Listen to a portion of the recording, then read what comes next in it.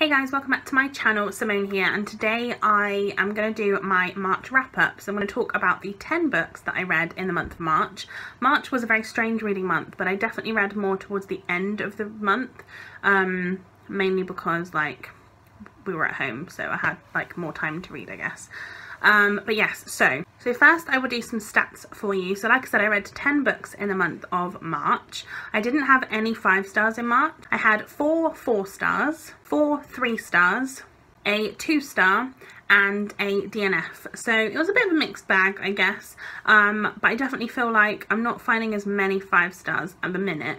However, I also think it's because I specifically did say at the beginning of the year that I was going to try and like focus my rating, so I'm only giving 5 stars to books I really love, so I've kind of like made it a bit harsher, I guess. So I think that's partly what it is. In March I also read 3,632 pages and my average rating was a 3.33. I read 3 mystery, 1 contemporary, 1 fantasy, 1 historical, 1 horror, 1 non-fiction, 1 thriller and 1 other, which actually was, I think it was like literary fiction basically. I read 6 physical books, 3 ebooks and 1 audiobook, and I read 9 adult books and 1 YA book. So I feel like my genre, definitely this year, I've read a lot more adult books than I have YA books, which is weird because I always thought I was quite a YA reader. And yeah, I find that really interesting. I've also read, this is my 2nd audiobook of the year, which is weird because I, again, don't normally read very many audiobooks, but I've been reading a bit more audiobook recently. I've read, like I said, I've read 1 in February, 1 in March. So yeah, I just thought that was a really interesting thing that I've discovered. But yeah, let's talk about the 10 books that I have read. So the first book of the month was my Kingalong read, which you'll know if you have seen my previous videos, like my announcement videos. I started in March reading 1 Stephen King book every month through his like chronologically through his works, including his non-fiction and his short stories. However, the one for this month, and the first one, is Carrie by Stephen King. This is Stephen King's debut novel, and I gave this one a 3 star. I think I previously gave it 4 star because this was a reread for me, and I think that having now read other Stephen King books since then, because I read this one like a long time ago, I didn't love the reading as much. I will link down below my vlog that I did for this as well, because I vlogged my experience of reading this one. But basically I think this story is really interesting. It's definitely not like classic horror in terms of horror, if that makes sense. Like there are horror elements to it. It's kind of paranormal. This basically follows a girl named Carrie White who is bullied at school. She goes to her prom night and something happens, and she basically has telekinesis and something dramatic happens at the prom. And yeah, it is kind of horror, I guess, but I would say it's more chilling than horror. Like, it's not like super scary. So I think if you're unsure about Stephen King and you want to know when to start, I would probably start with this one, because I don't think it's like terrifying or anything. It's not really, I guess it's gory in some aspects but not in others. But yeah, this is not my favourite Stephen King by any account. Like, this is probably one of, like, I think I've read like 12 Stephen King books, and this probably is like a middle of the road one. But I do think that it's an interesting read. I'm really glad I reread it because I definitely got some more from it. It is interesting. The one thing I didn't love about this, and it's something that I don't really like in other books, is this book is set into 2, I think it's 2 parts, or is it 3? I think it's 3 actually. Yeah, it's set into 3 parts, but it's not got any chapters at all, and it just runs on and on and on. There is a bit of mixed media in this, so it does talk about, there are like book extracts and stuff, and that kind of thing, which is interesting. But yeah, this is not my favourite Stephen King book, and I probably won't reread it now. This is, like I said, my 2nd reread. So yeah, I'm probably going to donate this one. Like I said, I'm not keeping my books anymore once I've read it, but it's not one that I think I'll probably pick up again. But I am glad I done it, and I think it's really interesting to see where Stephen King's writing started as well. So yeah, really enjoyed it in terms of the nostalgic vibe, I guess, but didn't love it so much as I did in the past. Next up was a book that I actually buddy read with the lovely Victoria from What Victoria Read, and we buddy read Life After Life by Kate Atkinson. This is a book that I've had on my shelf for forever, and this was actually in my sort of TBR for last year, and I hadn't read it, and I basically decided this was definitely going to happen. And then Victoria commented on my video talking about that, saying that she wanted to read this one too. And so we decided to read it together, which I think was great, because not only did we split it up a bit, so we didn't like race through it all in one, but it also meant that we could talk about it as well, which I think is really interesting. This is an amazing, amazing book. This is a historical fiction, I guess, that follows, basically, it's really hard to explain, but it essentially is about a baby girl named Ursula who was born in 1910 in a snowstorm, and in one kind of parallel, she is born and dies before she can even take her first breath, and then the next parallel, I guess, she is born and lives to tell the tale. And then basically each time something happens to her that causes her death, it then like goes back to the beginning again and then like starts on. And normally I'm not the biggest fan of like lots of different timelines and time periods and stuff, but this was just really interesting. It had so many things in this. Also, something that I think is really interesting, this book talks a lot about Hitler as well, and Hitler's wife. And I didn't know anything about that. I didn't expect that going into this. I didn't really know what I was going to expect. But this is just so complex. There's so many different storylines happening, different elements of her and who she is, and, you know, how one little thing that happened essentially could change the plot of her life. And I just really love that. I really, honestly, we talked about this a lot and said that basically it must have been a really difficult book to like map out and like plot it, because it's so complex. There's just so many things in it, but I would recommend it if you enjoy this kind of like historical novel. Really, really interesting. Yeah, I really loved this one, and I'm really, really glad I read it. And thank you to Victoria for reading this with me, because I really, really enjoyed the experience. And that one I gave a 4-star. It wasn't quite a 5 for me, only because I did get lost a couple of times, but pretty much it was a stellar book. Next up is a book that I read on my Kindle. This is I'll Be Gone in the Dark by Michelle McNamara. This is a true crime book that I've been wanting to read for a really long time. It was on one of my TBRs for this year, and unfortunately I was really disappointed by it. I ended up giving it a 2-star. I know this is quite a hyped true crime book, but I feel like I just didn't find myself that interested. Like, I felt like I was just trying to skip through it to finish it. I feel like maybe I've read too many true crime books and I kind of know my taste now, and this is just unfortunately not it. This basically is about Michelle McNamara, who sadly passed away now, and she basically had like an obsession with the Golden State Killer, who was a rapist and murderer in the Golden States in America. And while it was really interesting initially, I just felt like it was hashing over the same thing again and again. And because Michelle McNamara never came to a conclusion, like she never found out who did it at the time, I believe that a lot of her research and like looks into helped to them find who did it, because they did find who did it after Michelle McNamara died. But I felt like the story didn't really have like an ending. Obviously, like it's true crime, but there was no real purpose to it. So I feel like whoever published it had kind of published it without there being like a this is what I'm trying to say, if that makes sense. Like, I just didn't really understand that. I felt like it went on and like it kept going off on different people and different things, and I was a bit sort of, yeah, I just wasn't really loving it. Didn't enjoy it very much, and yeah, it was a 2-star for me, unfortunately. I did finish it, but yeah, I wouldn't read.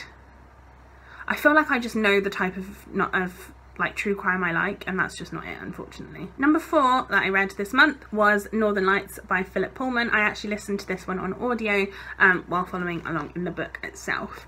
This is not a book that I thought I was going to enjoy as much as I did. I did give it a 3-star in the end. This was an interesting read. It's the first one in the His Dark Materials trilogy, which I do actually own all of the books. I have the other 2, like I say, on my shelf. This follows a girl named Lyra who has a demon. So everybody in this world has a demon. Hers is a little demon called Pantalaimon. Basically, the demons can change, well, when you're children, the demons can change shape, but they stay with you all the time. They can't like go too far away from you. And then as you get older, they like take their true form, and then that's what kind of happens. At the beginning of this book, her friend Roger disappears, and there seems to be something happening. It's a really hard one to explain, but basically they end up going on like a quest to the north where they come across armoured bears and witch queens and scientists doing experiments on children, and yeah, it was interesting. It wasn't one that hooked me from the beginning. Like, I felt like I got about halfway through this and then I was like, oh, actually this is kind of interesting. It's definitely not a book I would race to read the next one of, especially because I've not heard great things about the other two in the series. But I did enjoy it as I was reading it. I definitely spread this one out. I didn't read it all in one go, so I feel like that also helped. Yeah, it was just a bit weird in places. I will say one thing as well, the audiobook that I listened to, which was the one on Audible, I don't actually know who the speakers of that are. I didn't really like the narrator. I felt like he was so the narrator sounded really different, because it was like a full cast audio, but the narrator was really like deep and like low voice, so it would go from him being really low and gravelly to then suddenly, like Lyra for example, who was really high pitched and like loud, and I felt like the pitch and the change in the volume was not what I was expecting. I struggled with it a little bit. So yeah, I don't think that really stopped me from enjoying it as much though, because I still listened to it. But I do think the story was not my favourite, but then this is generally not my kind of, you know, like favourite genre, to be honest. The next book is Into the Water by Paula Hawkins. This is the, you will have seen if you watched my video on Friday that I really enjoyed this one. This one was a 4-star read for me. It was interesting. It was definitely better for me than the Girl on the Train? Yeah, the Girl on the Train, which I enjoyed but I didn't love. This one I liked a lot more. This basically follows a woman named Jules who ignores a call from her sister, only to find out that her sister has been found dead, seemingly having committed suicide in a kind of Salem witch trial-esque pool of water, which her sister now has been obsessed with, and seems to have kind of like sucked her in a bit. But Jules is now really afraid of what's going on, because she doesn't believe that her sister would have killed herself. She doesn't believe that it makes any sense. It also it has lots of different perspectives in this, and it not only has Jules, but it also has her I guess niece, so Nell, the lady who died's daughter, and she talks about kind of her side of it as well, which I found interesting. The one thing I really liked about this book specifically is that at the beginning, there is a table of the different people, so you know who to expect, and if you can't remember who somebody is, you can just go back to this little thing, which helps because there are lots of characters, which I did like. I really enjoyed the characters in this. I think it was really well written, and you kind of got that sense of like impending like dread and like a chilled vibe, which I enjoyed. I didn't love every aspect of this book. I do think that there were some parts that it kind of like got stuck on for a while, and I didn't love that. I felt like sometimes I just wanted the plot to keep going, and I felt like it kind of got a bit stagnant in places. Into the water, stagnant, that was funny. Into the stagnant water, that's what it should have been. But yeah, I really enjoyed it otherwise, and I found that the twist at the end was really believable and really interesting. So yeah, I really recommend this one over The Girl on the Train, actually, because the more I think about that book, the more I'm like, I don't think I loved it.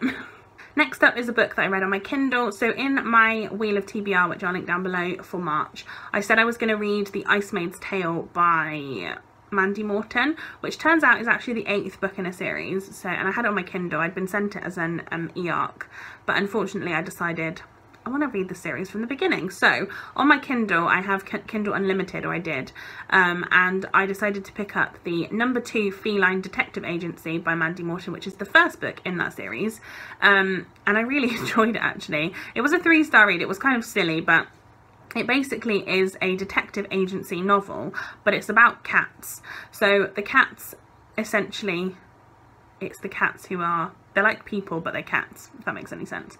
Yeah, they have funny little like phrases, and it's just fun. Like, it's just so funny. Basically, the story follows Hetty and Tilly, who are 2 cats who basically have set up this detective agency together, and they get their first big case is to go to a elderly cat's home, and because essentially the cats in this home can choose to be euthanized if they wish to before they get really unwell, and so these 3 cats had done that, but then their bodies had gone missing. Somebody had taken their bodies, and it's kind of, like I said, like a generic, not generic, but like a general detective agency novel, but it's about cats, which just made it like funny to me and interesting, and it was just like cozy and light and lovely. Yeah, I loved it. I thought it was really great. It was a 3-star read for sure, but I definitely would carry on the series. But yeah, I loved it. I really would recommend if you're looking for something that's just a bit light-hearted, but also really funny and also really interesting, because I didn't get the twist either. Next up, unfortunately, I DNF'd the next one, and that unfortunately was Lady Oracle by Margaret Atwood. I have decided not to keep reading Margaret Atwood's books, and I feel really bad because I really want to support Victoria, who does the What the Book Club read, and she's reading every Margaret Atwood book. But I've now read, I think, 3 Margaret Atwoods. I will read Elias Grace and I will read Cat's Eye because I own both of those, and when she gets to those ones, I'll definitely read them. But unfortunately, she's just not for me, and I think that's okay. I very much wanted to enjoy this one. I'd heard better things about this one than the last one, which I read The Edible Woman in January, and I gave it, I think, a 2-star in the end. And I'd heard better things about this one. It basically follows a woman, I believe, who runs away or like fakes her own death. I want to say 50 pages into this, or was it 100 pages in? I can't remember. And I just decided it really wasn't for me. And that's okay. Yeah, it's just not, the writing in it doesn't hook me, and I don't really want, like, I don't find myself like wanting to read it, and then I feel like I end up stumping myself because I'm not enjoying what I'm reading. So anyway, I decided that I wasn't going to do that. I will 100% support Victoria, but I will just have to do that in different ways. But I would recommend, if you like Margaret Atwood or you want to read Margaret Atwood's books, then you should definitely check out the What the Book Club read get postings, because she's reading a book every single month. Next up was probably my favourite book of the month, and I mentioned it in my favourites down below, and this one is Truly Madly Guilty by Liane Moriarty. I really love Liane Moriarty's writing, and I've read now, I think this is her 4th book I've read of hers. I don't know. I've read a good couple at least, and I loved this one, but it depends on how you go into it hoping. So I gave this 4 stars. It basically follows a barbecue. So there are 3 couples and their children who go to a barbecue, and basically that is the catalyst for everything else that happens in the book. Something really dramatic happens, and then it goes from there. I enjoyed this to about 50 pages from the end. And I did enjoy the end, don't get me wrong, but the ending for me, I think it was because I was reading this as if it was a thriller, and as if it was a you know, going to have a dramatic twist, and there just isn't that to me. It's more of a like contemporary, kind of a little bit of a mystery in there. Basically throughout the book there are every other chapter, so one chapter will be now in the present, and then one chapter will be the day of the barbecue, which I believe was about 2 or 3 months before, and it kind of alternates between them. I would say if you enjoy like Big Little Lies, this is definitely a Big Little Lies-esque book. It's less it's more of that side of Liane Moriarty, I think, than like 9 Perfect Strangers, which I think is the newest one, which that was a little bit more mystery thriller, I guess. Not fully, but like I would say more so. But yeah, I enjoyed this, but it's definitely a Liane Moriarty book that you can really tell. I definitely enjoyed it, and I would recommend that you read it. I buddy read this one with Emily from Novel Novels, and we had a really good time buddy reading. We always do. But yeah, I did enjoy this one, like I said, but I think it depends how you go into it, because if you expect it to be super thrilling and super like fast-paced and twisty, it's not going to be that. Then the penultimate book of the month was my BookTube Picks My TBR pick that Nicole from A Beautiful Chaos of Books picked for me, and that is Sleep by C.L. Taylor, and I gave this one a 4-star. This is probably my actual favourite book of the month. Liane Moriarty's book was my favourite when I filmed my favourites, which it definitely was, but this one possibly just pipped it to the post. This one was really, really interesting. This is now my 4th C.L. Taylor book, I believe, and I've loved pretty much all of them. There was only one I didn't like. Well, I say didn't like, I wasn't as big a fan of, because it had a trope in it that I don't particularly enjoy. However, the writing was still amazing. This one is creepy, it is atmospheric, it is twisty. It basically follows, let me try and remember her name, a girl named Anna who has she's trying to escape something pretty big that's happened to her, and she takes a job on a remote Scottish island, and then things start to happen and her like biggest nightmare like comes true. Every single member of the basically she's in a hotel room when there are 7 other guests, and each guest has their own secret, and it's all of them unraveling and trying to figure out who is who and where is where and what's going on and, you know, why. And it was really, really good. There's murder, there's mayhem, there's lots of things in this which I really enjoyed.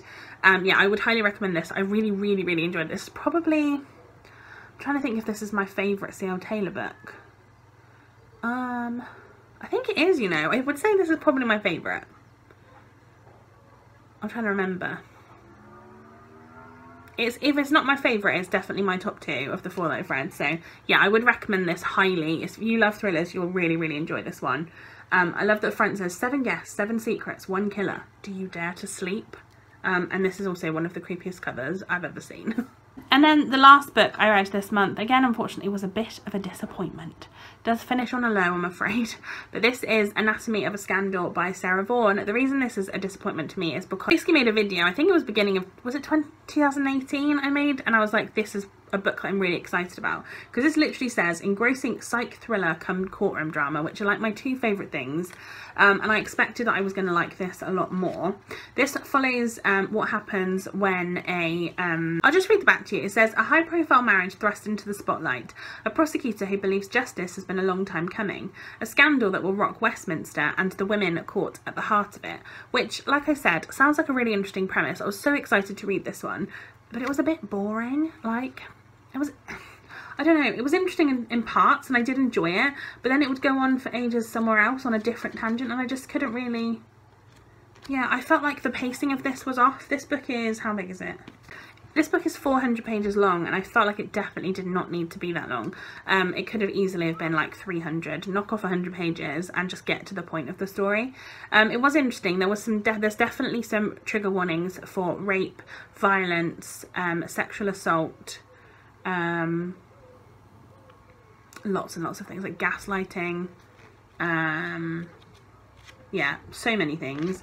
And I just wish I liked it more, to be honest. It just wasn't really for me, which is a shame because, like I said, I was really looking forward to it. I definitely would try something else from Sarah Vaughan again, just to see if maybe it was just the legal side of this that was making it a bit like drier and a bit slower. But yeah, it just, and also there was some really unbelievable things that happened in here. Yeah, which I didn't like, and I didn't understand and couldn't work out why it was included. So yeah, wasn't a big fan of this. It was okay, it was a 3-star, but it wasn't anything special. So there you are, guys. That is the 10 books that I read in the month of March. Please let me know in the comments down below if you've read any of these and what you thought, and give this video a thumbs up if you enjoyed it. Subscribe to my channel if you haven't already, and I shall see you next time for another video. Bye, guys.